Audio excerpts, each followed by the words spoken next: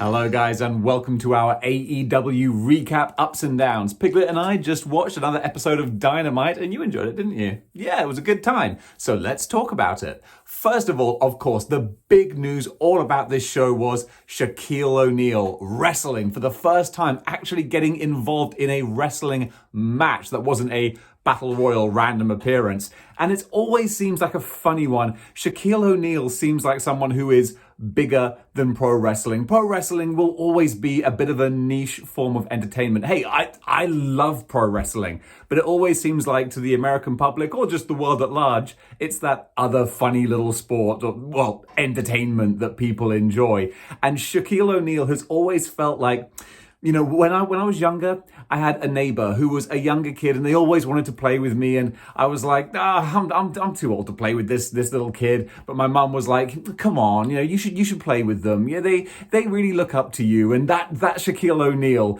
he's like, yeah, you know, this wrestling's nice enough. It's funny. It always tries to play with me. And I'm not that bothered. And finally, Shaquille's mum has been like, look, Shaquille, wrestling always wants to play with you and you never play with them. Go and play with wrestling. So finally, Shaquille O'Neal has gone and played with wrestling. And you know what? He did all right. But I was dubious going in there because, first of all, we start off right at the bat. This is the first thing on the show. They weren't building up to it. They were like, we promised you this is going to happen, and here it is, which is a very impressive move by AEW. No bait and switch, no stretching things out, eking out until the final segment like another wrestling company is known to do. With WWE, it's always like, this is what's coming at the end. Please watch, please don't change the channel. Please watch all 3 hours. So maybe AEW could have got more revenue, more subscribers, more viewers. That's what I was trying to think. Ratings, that was the word I was looking for. Maybe AEW could have got more ratings if they had built this up until the final segment. But I think they actually wanted instead the kudos and the good fan support of saying, this is what you want to watch? Well, here it is.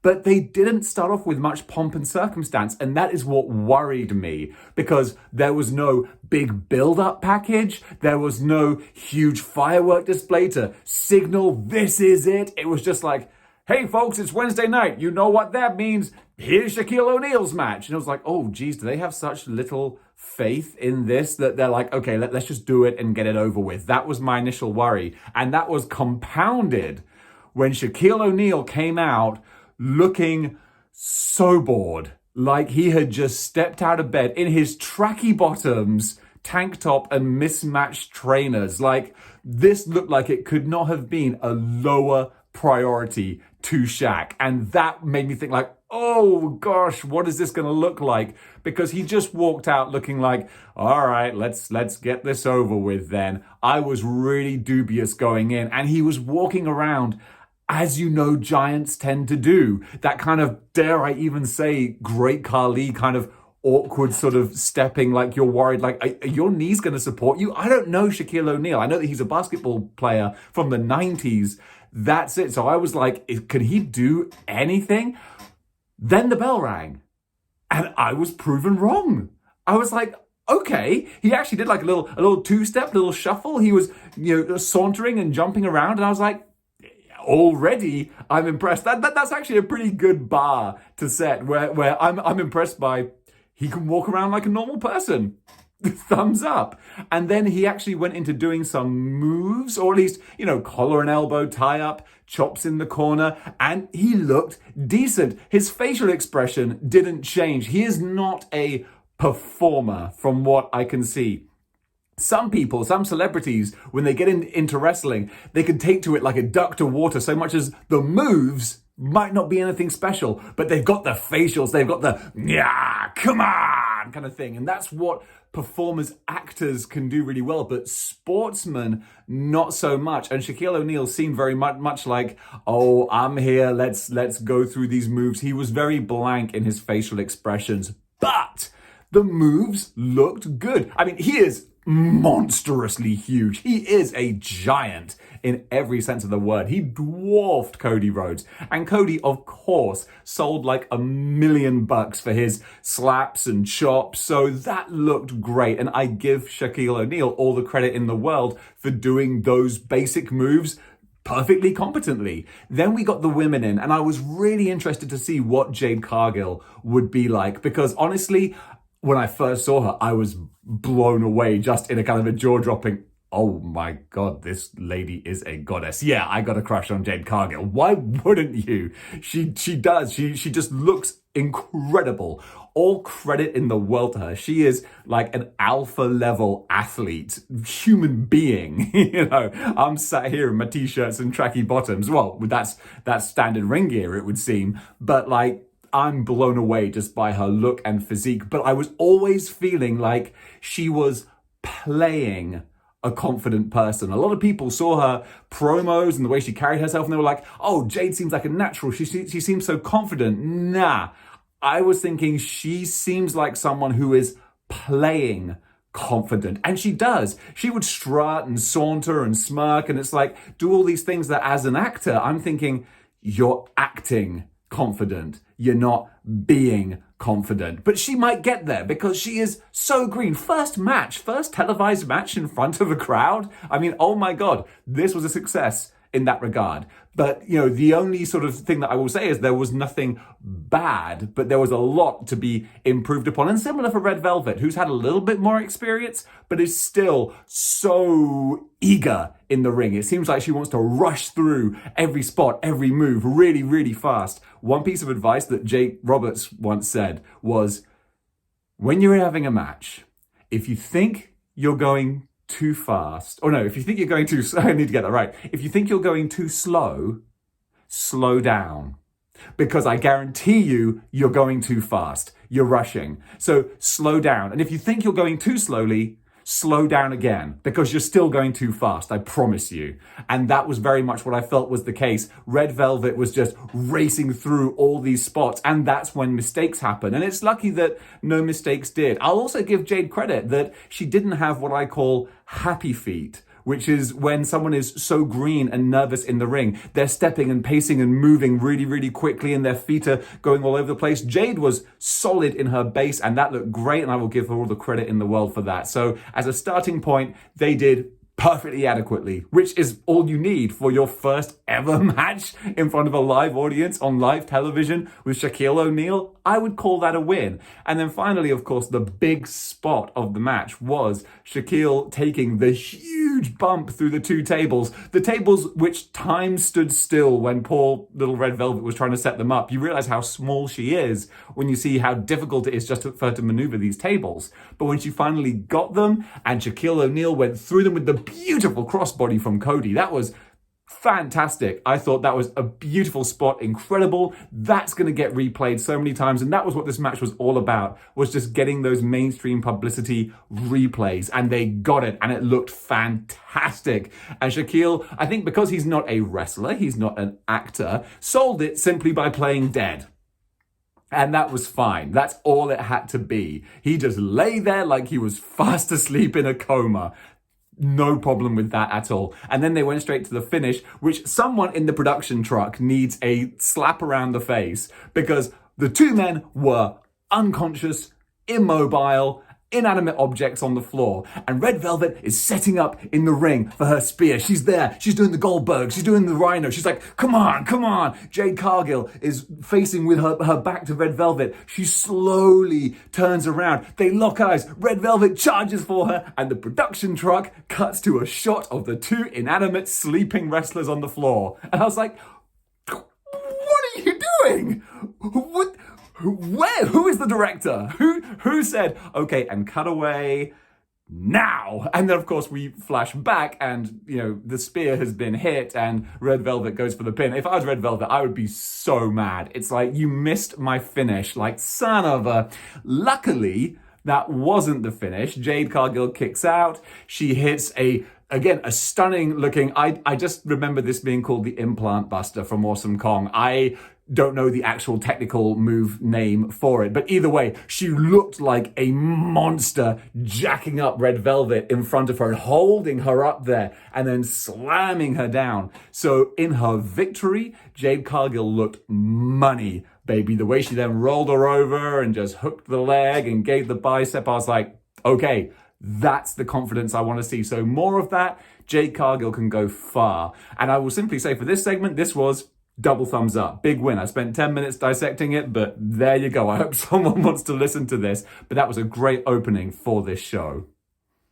And for the next segment, we have Shaquille O'Neal being loaded into an ambulance. That table bump was obviously pretty serious, kayfabe-wise. But then we have the break, and afterwards we have the amazing disappearing Shaq, because that's the storyline going out of this, is that they open the ambulance doors and Shaquille O'Neal has vanished. I don't know how you lose him. He's not a set of car keys, but somehow this 7-foot-tall, 350-pound man vanished into thin air. So I guess maybe they're taking a playbook out of The Fiend's sort of style, but hopefully not. Clearly that was just a way of saying like, hey, Shaq's not down, he's going to be back. Simple as that. And I think that was perfectly effective. And then after that sort of spectacle of a match, we simply had a great little sort of refresher, which was simply Pac and Rey Fenix murdering two jobbers. And I love a good jobber squash, and that's exactly what this was. Nothing really to write home about, except that the lucha, 2/3 of the Death Triangle looked fantastic, as they always do. I want to see so much more with these guys, but for a squash match, double thumbs up.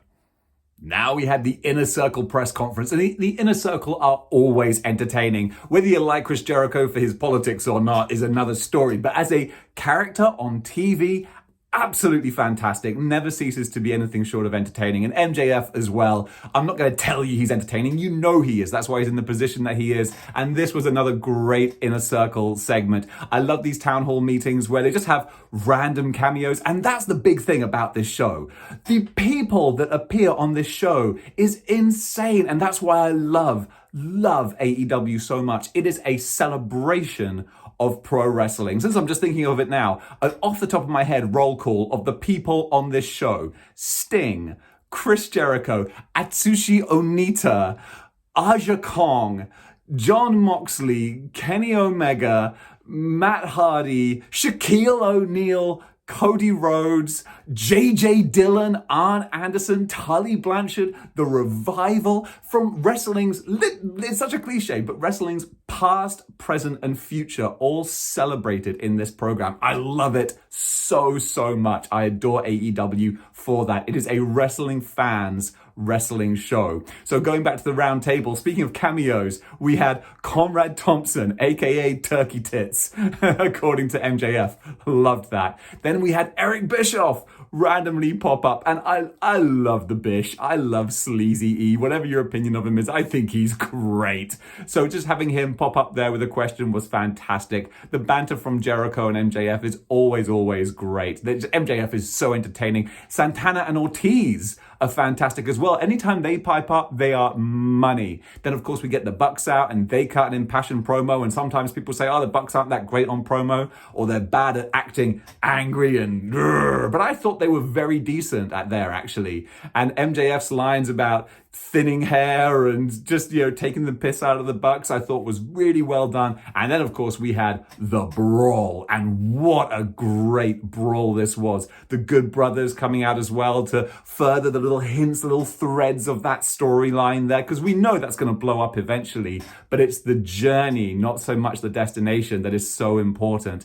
And then they finish the segment with that insane double table spot. This was a front-loaded show. Totally front-loaded. But that's what AEW did so well, is they got everyone's attention with Shaq, and then they got to keep people's attention with what came next. And that spot with the swanton and the elbow, I couldn't see, was it Matt who was setting up for the elbow? So I only saw the swanton, and then I saw the other guy on the table far away. I was like, he's not going to swanton him from there. And then all of a sudden we get the elbow drop coming as well. It was just so fantastically done. Huge double thumbs up for that. Big can of Coke to everyone involved in this segment.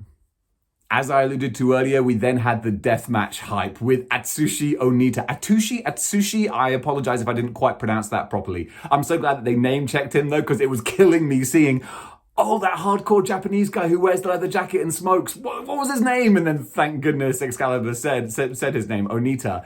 And just bringing this guy in for a promo about this match makes it feel so much more important. It's all the history and lineage that goes into it. We got the grainy footage of the exploding matches, and the worse the footage is, the better it suits this storyline, because it shouldn't look glamorous and glossy. It should look dirty and gritty and underground. So I am so on board for this. The hype package was fantastic. I cannot wait to see this insane match on Sunday night. Now it's time for the six-man tag, and oh my god, it's JJ Dillon. What? How? What? Why? I love it. It's a Horseman reunion. It's fantastic. And JJ looks amazing. I swear, JJ Dillon is the same kind of person as Arn Anderson, where they've looked 55 for the last 40 years. Like when they both hit their 20s, it was like, well, you look 55, but when you're 80, you will also still look 55. So it's kind of a trade-off. So great to see JJ. And he even gets his shoe and hits the guy with his shoe, and it's like, oh, it's the 1980s all over again. Wonderful. And Tully should have given fashion advice to Shaq, because that's what you do when you are a non-wrestler wrestling. This is a huge stage. This is multi-million-dollar production. Get some custom gear. Tully looked money in his sequined Revival matching tracksuit. They matched. It worked. He looked phenomenal. I loved it. Tully did himself proud. He did the slingshot suplex. Oh, they're just, all the nostalgia is so wonderful. I dig it. I love it. That was fantastic. And the match itself, great back and forth, fantastic spots, up and down, swerves. It was really well done. The Jurassic Express and the Revival, FTR, are always going to be money in the ring together. And this was everything it needed to be. Then you had the Shawn Spears interference at the end. And I like Shawn Spears. I don't think he's ever done anything that I've been like amazingly entertained by, but he just seems like a good hand. I think Steve Austin would say he's a carpenter. You know, he builds other guys. Don't know why this voice is Steve Austin, but either way, I like to see Shawn Spears back, because I like seeing a role for a guy who clearly works hard in the business. And with his blonde mohawk, that looks kind of cool. So I dig it. And I like seeing FTR go over, because they had the huge push when they came in, and then they've sort of settled into the mid-card. So it's nice to see them being kept strong. And Jurassic Express, they can fire those guys up anytime they want. So that was another big win. Then we finally had the debut of Paul White. No more BS. I really like that. It's a cheesy pun kind of t-shirt, but I dig it. The crowd even started chanting no more BS, which was really good fun. And I think this is the first time I've ever heard Paul White speak as Paul White on a TV show. And it was such a revelation. He's so smooth, so likable, so charming. He was only talking for about a minute and a half, which is probably how long this recap should have been, instead of probably pushing half an hour.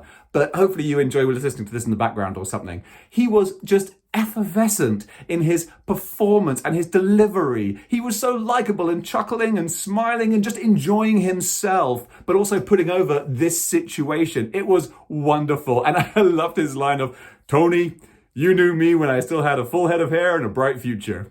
And that's just fantastic. If we get banter like that on the new AEW show, I will be on board. Granted, Paul White totally looks like Bill Bailey, but that's absolutely fine. I really hope we can get some matches with him, because he looks like he's still in fantastic shape. And I think he probably wants a career renaissance. I can see that, I can see a little glimmer in his eye, and I think he's going to do some fun things. I'm very excited. And he said that he has a scoop as a new journalist.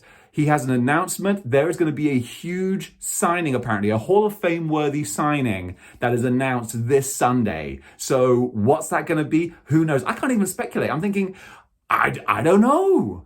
But I'm really interested to see what that's going to be. So he's planted a seed of something interesting. He came off fantastically. Again, double thumbs up for Paul White. This is a really solid show. Now we recap the women's tournament, and again, talking about a celebration of pro wrestling. Having a women's tournament with half in Japan, with like Aja Kong, that's a 90s staple. Again, it's the history, and it's showing how global pro wrestling is. So we had a flashback to the Japanese side of the tournament, and now we have the final. We have Riho Mizunami against Nyla Rose. I had to think about the names there for a second, because I keep getting Nyla Rose confused with Nia Jax in my head, just because in my mind, Nyla Rose is a decent version of Nia Jax. She does everything, she fulfills that Nia Jax role without hurting people, which is really, really great to see. And this match was very, very good. Nyla Rose, over the last 2 years, has improved leaps and bounds. She looks phenomenal. She looks like an athlete. She's got that kind of,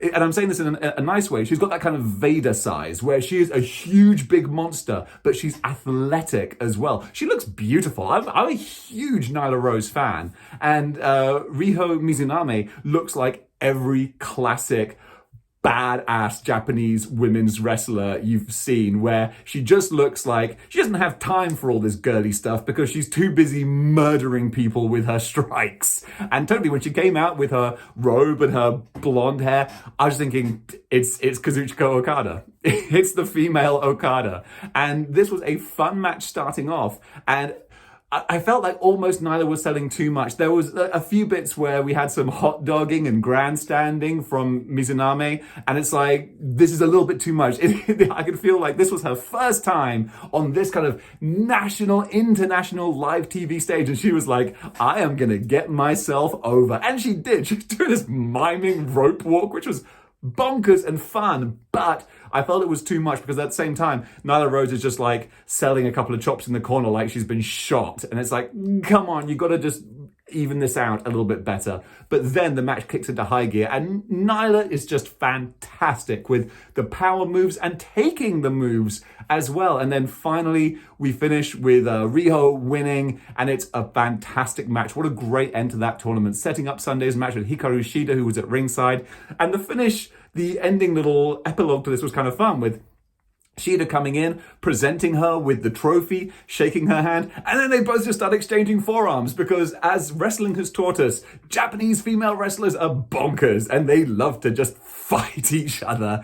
I wish we could just drop. Gosh, I'm thinking Asuka. I was going to say Kana, but because I'm such a huge nerd, it's like, well, actually, she's called Kana.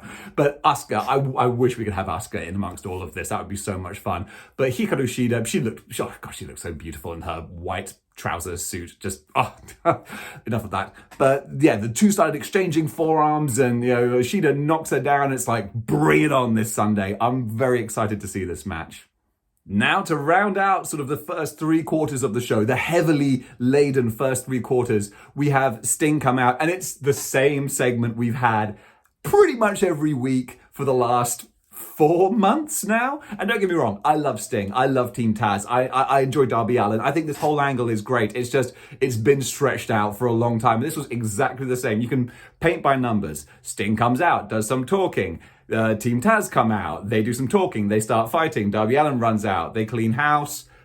Rinse and repeat, which is what they've been doing. But you know what? It's fine. Sting got a bit more offense in. We saw a Stinger splash, Scorpion Deathlock. That was all great. Sting looked terrific. He looked nimble. He looked light on his feet. I'm really excited for this match. I hope they keep Team Taz strong. Surely Sting and Darby must win this. They must do. But I hope that Team Taz do look strong in defeat, because those are all guys who I really enjoy. From Brian Cage to Will Hobbs, and of course Ricky Starks is just phenomenal. If I could buy stock in a wrestler, I'd buy stock in Ricky Starks. Wish he was a little bit bigger, but you can't help that. So considering that he's not that tall, he's kind of a cruiserweight, he carries himself like a main event heavyweight, and that's all you need really in this day and age. If you can talk the talk and walk the walk, then you're pretty much there, and Ricky Starks is there.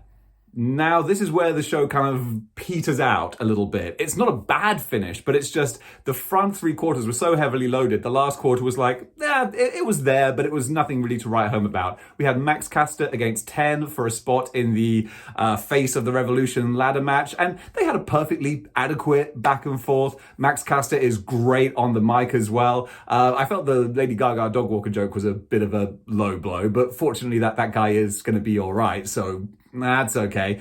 But still, you're always going to be a little bit risque when giving people a mic. And hey, maybe no one even cares. I just thought like, ooh, dude was shot in the chest. But either way, The match was fine. It was there. Ten is, he's very good and he's at a basic level, but they both need ring time and experience. So the only way you get that is by having it. So this was fine. And it eventually continued the Matt Hardy story of taking out all the members of the Dark Order by having Jack Evans cost 10 the match. And then I love that he very cheesily gave him the envelope with the money written on it. And I was like, that's a nice way of continuing the story. And it gets Max Caster into the ladder match, so it's more new faces, which is great. So this was a win, but it was also kind of meh. It just was what it was. And the main event is a tag match with Hangman Adam Page and John Silver against Quinn, is it Isaiah Quinn and Matt Hardy. And the fact I even kind of struggled with the names there kind of shows like this was not a big time kind of main event. It was very clearly a front-loaded show where they were like, okay, we can start big. It's a bit like the old Saturday night's main events of the 80s. They start big and then kind of peter off a little bit. And that's no disrespect to anyone involved because I'm a big Hangman fan.